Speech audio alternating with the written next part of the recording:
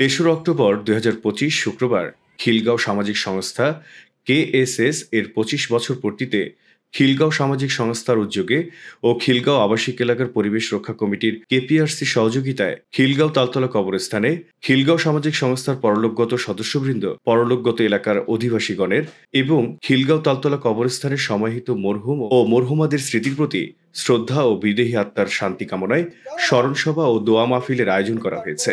এখানে যারা গণ্যমান্য ব্যক্তিবর্গ উপস্থিত হয়েছে, আমার সাথে হাত উঠিয়েছে। স্থানীয় সমাজসেবকরা জানান, প্রতি বছরই এই উদ্যোগকে কেন্দ্র করে এলাকাবাসীর মধ্যে এক ধরনের ধর্মীয় ও সামাজিক সম্প্রীতির পরিবেশ সৃষ্টি হয়। এই উপস্থিত যারা রয়েছেন সকলের পক্ষ থেকে আমরা আশা করি যে কিছুদিনের মধ্যেই এই মসজিদের যে অসম্পূর্ণ কাজ সেটি সম্পন্ন হবে এবং আমরা এখানে নিয়মিতভাবে আমরা নামাজ পড়তে পারব। আমি এটা ক্লেম করি যে মির্জা আব্বাস ওনার সম্বন্ধে, ওনার গুণাবলী, ওনার একনিষ্ঠভাবে এই এলাকাকে ভালোবাসা, ওনার পরিকল্পনা, দূরদর্শিতা। স্থানীয় বাসিন্দারা বলেন, আমরা এখানে সবাই মিলে প্রিয়জনদের জন্য দোয়া করি এবং একে অপরের খোঁজ খবর নিই। এটি আমাদের সামাজিক বন্ধনকে আরো দৃঢ় করে। স্মরণসভা ও দোয়া মাহফিলে সমাজের বিশিষ্ট ব্যক্তিবর্গ, সুধীজন ও সংগঠনের নেতৃবৃন্দ সহ সর্বস্তরের ব্যক্তিবর্গ উপস্থিত ছিলেন। এই অনুষ্ঠানটা আসলে করা হয়েছে যারা আমাদের মৃত গার্জিয়ান আছেন, ভাই ব্রাদার আছেন, তাদের দোয়ার জন্য।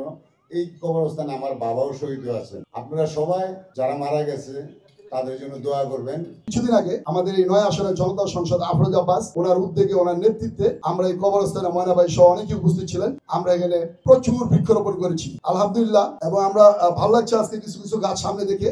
আমার বিশ্বাস খুব অচিরেই এই কবরস্থানের পরিবেশ পরিবর্তন হবে।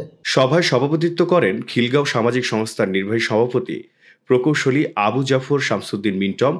সভায় মূল বক্তব্য রাখেন খিলগাঁও সামাজিক সংস্থার নির্বাহী সভাপতি, খিলগাঁও সামাজিক সংস্থার সাধারণ সম্পাদক ও খিলগাঁও আবাসিক এলাকার পরিবেশ রক্ষা কমিটির সভাপতি মোহাম্মদ হাফিজুর রহমান ময়না।